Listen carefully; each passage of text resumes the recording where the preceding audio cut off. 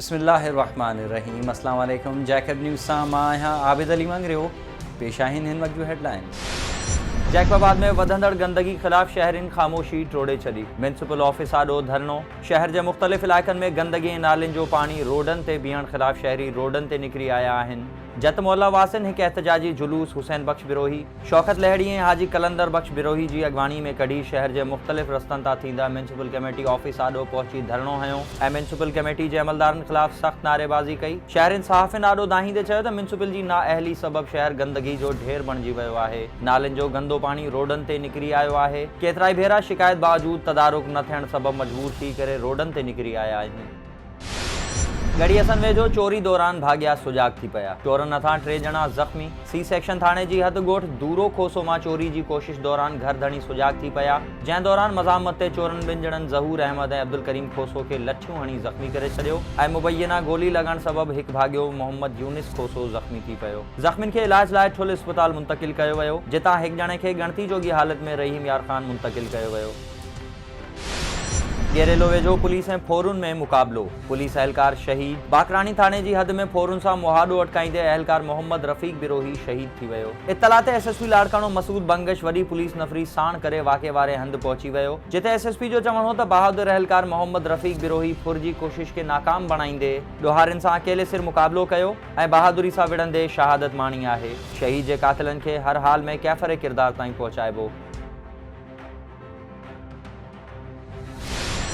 कोयटा में building code act जी ख़िलाफ़ वर्जी कंदड़नि ख़िलाफ़ कार्रवाई। कम बंद। Anti encroachment officer Mohammad Kasim ऐं असिस्टेंट असदुल्ला जी सरबराही में बिल्डिंग कोड एक्ट जी ख़िलाफ़ वर्जी कंदड़नि ख़िलाफ़ कार्रवाई कंदे संदनि इमारतनि जा कम बंद कराया विया। अख़्तियारिन मूजिब बिल्डिंग कोड एक्ट तहत 30 फुटनि खां मथे बिल्डिंग नथी ठाहे सघिजे, जंहिं सबबि जिना रोड ते ज़ेबा बख्तियार मॉल ऐं इस्माइल रोड ते ठहंदड़ इमारतनि जो कम बंद कयो वियो आहे। गौसपुर में नापरकोट थाणे जी हद मां अगवा थियल ट्रक ड्राइवर जे वारिसनि जो संदसि बाज़ियाबी लाइ एहतजाज। 11 ॾींहं गिंडस हाईवे तां अगवा थियल ट्रक ड्राइवर जे वारिसनि अता हुसैन, खादिम, मुश्ताक ऐं आसिफ भुमरो गौसपुर प्रेस क्लब पहुची एहतजाजी मुज़ाहिरो कयो। संदन चवणु हो त लंजू लाड़े वटि 8 हथियारबंद फिदा हुसैन भुमरो खे गाॾी मां लाहे कच्चे तरफ़ खणी विया। 11 ॾींहं गुज़रण बावजूद शिकारपुर पुलिस मुगवी खे बाज़ियाब न कराए सघी आहे। उन्हनि डीआईजी लाड़काणो ऐं आईजी सिंध खां मुतालबो कयो त ट्रक ड्राइवर खे बाज़ियाब करायो वञे।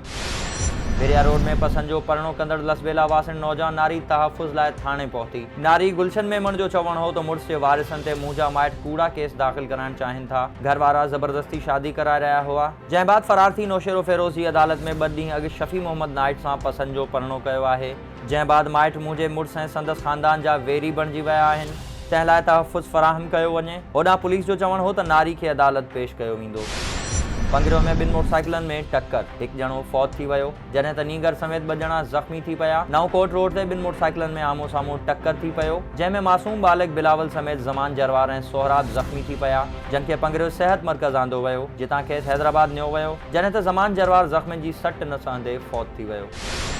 गेरेलो भरिसां 50 खां वधीक ॻोठनि खे लाड़काणे सां मिलाईंदड़ दादू केनाल जी पुल ज़बूं हाली जो शिकार। ॻोठ नंढा महर, ॻोठ सोनो जतोई, ॻोठ पलीजा, ॻोठ ड्रगपुर ऐं ॻोठ जुमो समेत 50 खां वधीक ॻोठनि खे लाड़काणे सां मिलाईंदड़ दादू केनाल पुल ॻोठ महर वॾा इंतहाई ज़बूं बणिजी चुकी आहे। ॻोठाणनि मौलवी मोहम्मद इसहाक महर, आशिक अली शेख, मोहम्मद पीरल खरोस, अलादा जागीरानी ऐं ॿियनि एहतजाज कंदे चयो त 1941 में तामीर थियल पुल ज़बूं थी चुकी आहे, जेका कंहिं बि महल किरी सघे थी, जंहिं लाइ इंतज़ामिया खे अपील आहे त नई पुल तामीर कराई वञे।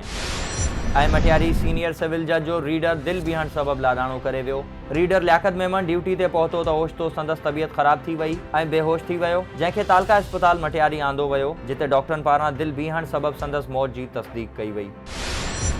ही हुयूं हिन वक़्त ताईं जूं हेडलाइंस। वधीक ख़बरुनि ऐं अपडेट्स लाइ विज़िट कयो असांजी वेबसाइट www.jacobnewsht.com ऐं फेसबुक ते फॉलो कयो। ॾिसंदा रहो जैकब न्यूज़, ख़बर खां हक़ीक़त में।